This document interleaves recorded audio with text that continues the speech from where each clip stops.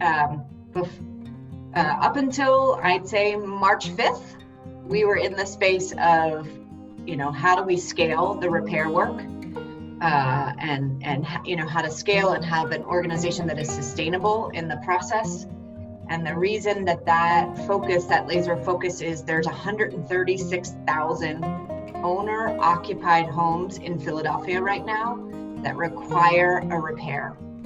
136,000. So when you think about, so that force is at play. Throw in now this health, pandemic, and we've all been told to shelter in place, right? And it only works to shelter in place if that place is safe, warm, and dry. And when we're looking at the data of which populations of people who are being really impacted by this, certainly brown and black populations, brown and black folks are struggling. And it is not hard to make that connection between housing stability, health stability, human stability. So, yes, all of our work right now, we stopped Friday the 13th of March, and anchored that decision in our core values of who we are. So, we're builders, but that also means like building relationship with one another. We're accountable, and being accountable to a quarantine, being accountable to, not stressing the healthcare system. We're stick-to-itive people. So let me tell you, when the doors open again, and wait to hear about some of the stuff we're doing behind the scenes as, traditional construction and repairs has been closed. But then that last piece is working alongside, and, that really key of like with and alongside as opposed to for others.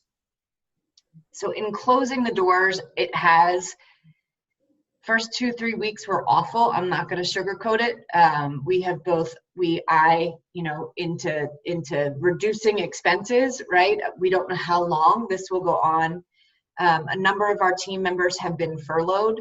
A number of folks were so Restore's closed. That's, I don't know, 13 people who work at the Restore, and I don't know when the Restore is opening again. So that whole crew is furloughed. There were a number of folks who were let go, and our AmeriCorps. So all total, there's 28 people.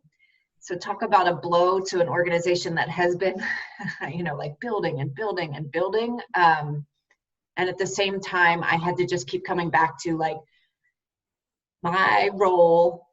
The board's job is to make sure that this organization is sustainable, and so that when we open the doors again, we are in a position to deliver on our mission. And our mission is safe, warm, and dry, right? That everyone has a decent place to live. So it has required really hard decisions. And at the same time, to position the organization that, everybody has had to make really hard choices. I'd say my own outlook, and I would hope this resonates with some of you, but there's been a bit of a shift, and from that every hour on the hour kind of decision runway to kind of a 3-day runway, and now it's about a 2 or 3 week time. I see Rebecca nodding, right? Of there's just a little more breathing space in there, and we have shifted and are working on contingency plans of. We've got the great news is we pull them back off of furlough. We have, on the new construction side of things right now, our current 20 home project takes up 2 city blocks. So we can spread people out, right? You can create, and also how do you, safely, if you're lifting this piece of drywall, somebody's got to be close enough to you to, spot check you and all that. But it is our intention that we will slowly start to bring a skeleton crew of our carpenter folks back on to that project and get that going. Deidre mentioned we have, I think, about 8 repair projects right now that they are not capable. They're this, traditional, deeper repair projects that require exterior work. And so we're going to start in that exterior. I cannot tell you right now what, when will we go back into folks' homes? That's a risk to the Habitat staff. That's a risk to an elderly client. So that's one that's a wait and see. We're going to have more data. We're going to know more. one of the creative ideas, we have a house Habitat home that had come back into our portfolio. I can't think of a better word right now. And we plan to use it as our own little Habitat Airbnb. So if there's a repair family that we need to do interior work, we would set that family up in our little Habitat Airbnb, and then we can do the interior repairs. Habitat team is safe, family is safe over here, repairs get done. So this does allow for us to think, you have to think outside the box. The other, there's many pieces.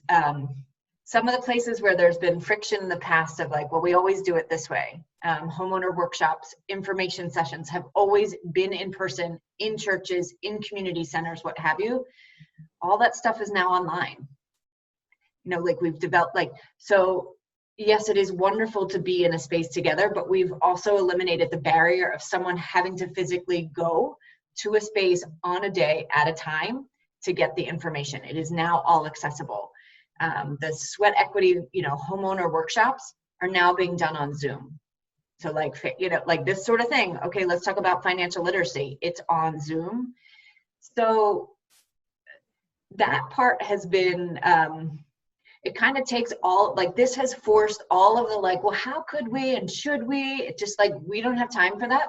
Now it's go time. Let's try it. Let's figure it out. I would imagine the governor has said come May 8th, he's going to lift residential construction will start back May 8th. I would imagine that's going to, just again, following Governor Wolf, we're going to see where that goes.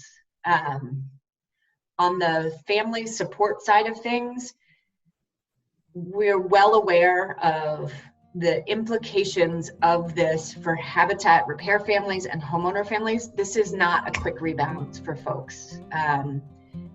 We have been in touch with people who we hold their mortgage, and saw March was pretty steady. But people have been reaching out to our communications, and we already have 11 that have said, hey, I'm going to need some forbearance help here because I'm out of work, I'm out of a job, so we're working on that piece of things, as well as, what level of support, what funding, how do we help protect folks? And then on the repair side of things some of the repair families pay a small portion of, back against the loan. It's modest. And at the same time, many of those families have been we can't right now even. So again, we're not, how do you provide some of that relief to families that they can continue to stay in their homes? So that's some of the other, as we're moving out of the 2-week, decision timeline crisis, is what's the long term? What's the long, the recovery? Working alongside families is families were struggling before. We all know this. This is why you're on the Outreach Council. This is the work that you do in the space of social justice.